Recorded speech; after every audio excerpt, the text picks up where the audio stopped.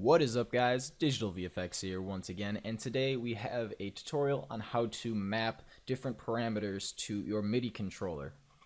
And what I mean by this is being able to control volume, a cutoff filter, pretty much any parameter in any plugin or effect with the controls on your MIDI controller, because many of you know that a lot of MIDI controllers have knobs that really don't do much for the purpose of the controller, but their purpose is to be mapped with other parameters so you can control them physically on the keyboard without having to go into the DAW and do it with a mouse.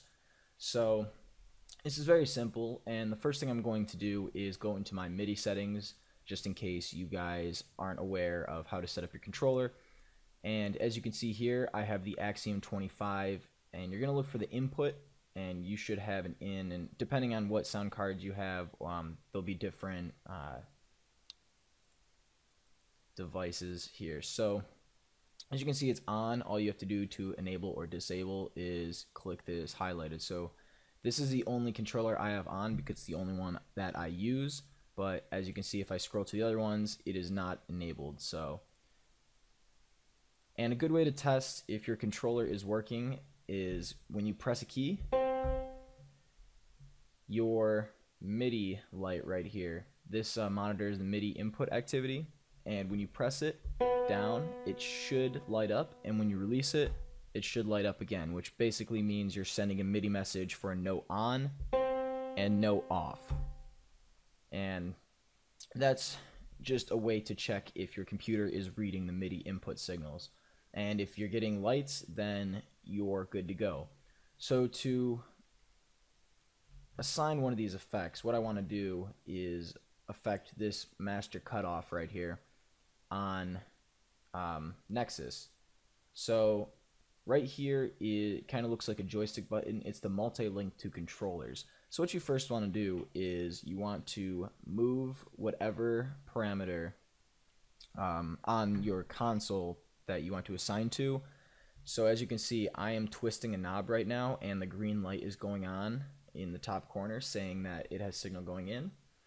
And now what I want to do is press this button right here for multi-link to controllers, and then just move the fader or knob that you want to adjust. So I just move that, and as you can see, if you were to look again there, I can do it one more time so you can see, but it says REF Nexus cutoff.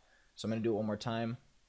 As you can see now, when I move it, it's adjusting. Actually, I'll do it to a new one. So let's just say I want this volume right here.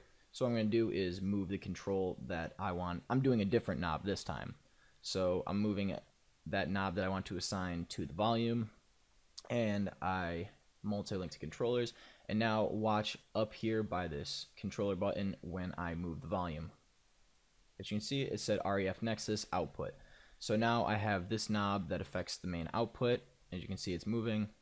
And I have this knob that affects the cutoff. And that's pretty much it. So if you were to play this in real time now, you don't even need to have the plugin open. And you can affect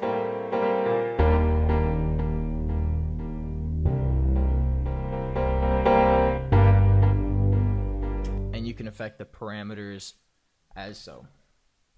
And that's pretty much it. And I hope this video helped. I know it was a short one, but that's pretty much all the information you need to know on mapping MIDI parameters. And if you have any questions, just remember to throw them down in the comments below, and I will be sure to answer them. And as always, thanks for watching. This has been a Digital VFX production.